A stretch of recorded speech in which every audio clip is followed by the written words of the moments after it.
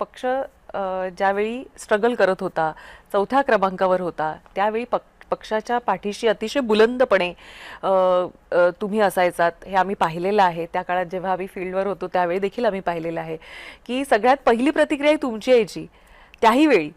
आणि हे इतकं मेंटेन करणं आणि इतक्या सातत्याने इतकी वर्ष हे मेंटेन करणं खरंच फार चॅलेंजिंग असतं.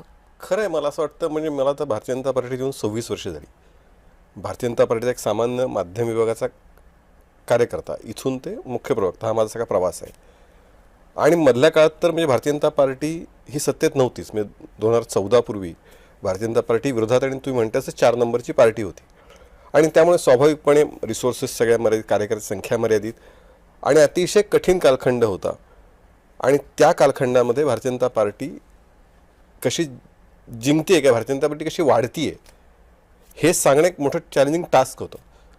म्हणजे बऱ्याच वेळा आता असं म्हणतात की ती भूमिका हल्ली काँग्रेस किंवा असं काही करतात की आमची ही टक्केवारी वाढली, आमचं ते वाढलं. आम्ही त्यावेळी ते करत असतो की आमचं कशा पद्धतीने टक्केवारी वाढली, आम्ही इथं वाढतोय, किंवा जी वाढ आहे ती कशी आनंदकारक आहे, हे त्यावेळी आम्ही सांगत असू. आणि भारतीय जनता पार्टीच्या कार्यालयामध्ये त्यावेळी कार्यकर्ते सुद्धा अतिशय मर्यादित होते. म्हणजे त्यावेळी कार्यकर्त्यांची संख्या सुद्धा मर्यादित असायची. आणि त्यामुळे तेव्हापासून भारतीय जनता पार्टीच्या कार्यालयात सगळ्या, विशेषतः पत्रकारांशी संपर्क तर माझाच गेले 25-26 वर्ष मी सगळ्या पत्रकारांना बघितलंय. आणि म्हणून तुम्ही सुद्धा ज्यावेळी सुरुवात तुमची झाली तेव्हापासून मी तुम्हाला पाहतोय, सुरुवातीचे पत्रकार ते आता संपादक. मला वाटतं की यशस्वी मी माझ्यासमोर घडलेला हा प्रवास आहे. असे असंख्य असे अजूनही काही आहेत असे की ज्यांची नावं नक्की घेतली पाहिजेत. त्यामुळे अशी पत्रकार घडताना मी समोर बघितलेत.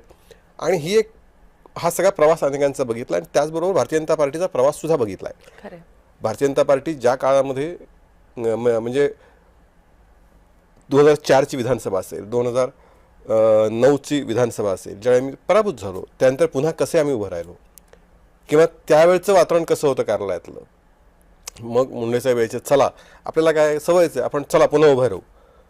त्यावेळी कार्यालयात कोण असायचे, मोजके कार्यकर्ते असायचे कार्यालयात. आज कार्यालय भरगच्च दिसतं.